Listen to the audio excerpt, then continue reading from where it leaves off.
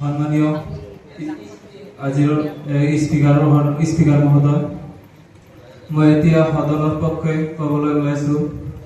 মই এতিয়া বিৰোধী দলৰ দলপতিক উদ্দেশ্য কৰি কথাখিনি কম।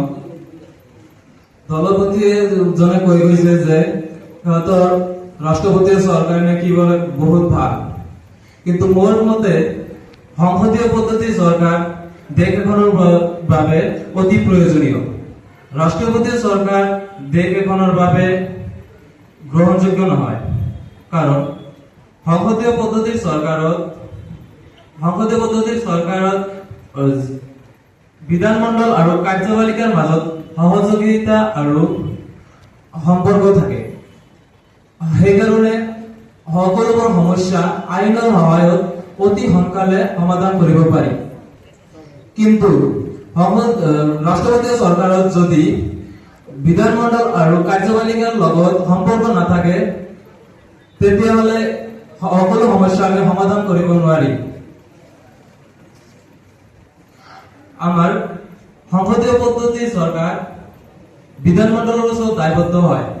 সেইকাৰণে দেশ আৰু জনসাধাৰণৰ বিপক্ষে যোৱা কোনো কাম চৰকাৰখনে কৰিব নোৱাৰে। আনহাতে সংসদীয় পদ্ধতিৰ চৰকাৰত যিহেতু কাৰ্যপালিকা আৰু বিধানমণ্ডলৰ মাজত কোনো সম্পৰ্কই নাথাকে, তেতিয়াহ'লে সিহঁতে কেনেকৈ কোনো এটা কাম সোনকালে কৰিব পাৰিব নাইবা ভালদৰে কৰিব পাৰিব। সংসদীয় পদ্ধতিৰ চৰকাৰত কাৰ্যপালিকা স্বেচ্ছাচাৰীভাৱে কাম কৰিব নোৱাৰে।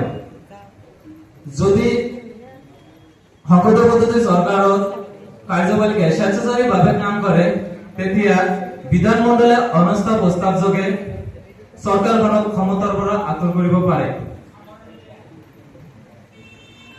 যেহেতু এইখিনি আছিল মোৰ আজিৰ সংসদীয় পদ্ধতিৰ চৰকাৰৰ বিষয়ে, তো এইখিনি কৈ মই মোৰ বক্তব্য সামৰি কৰিলো। মোৰ কিবা ত্ৰুটি হ'লে ক্ষমা কৰিব। ধন্যবাদ।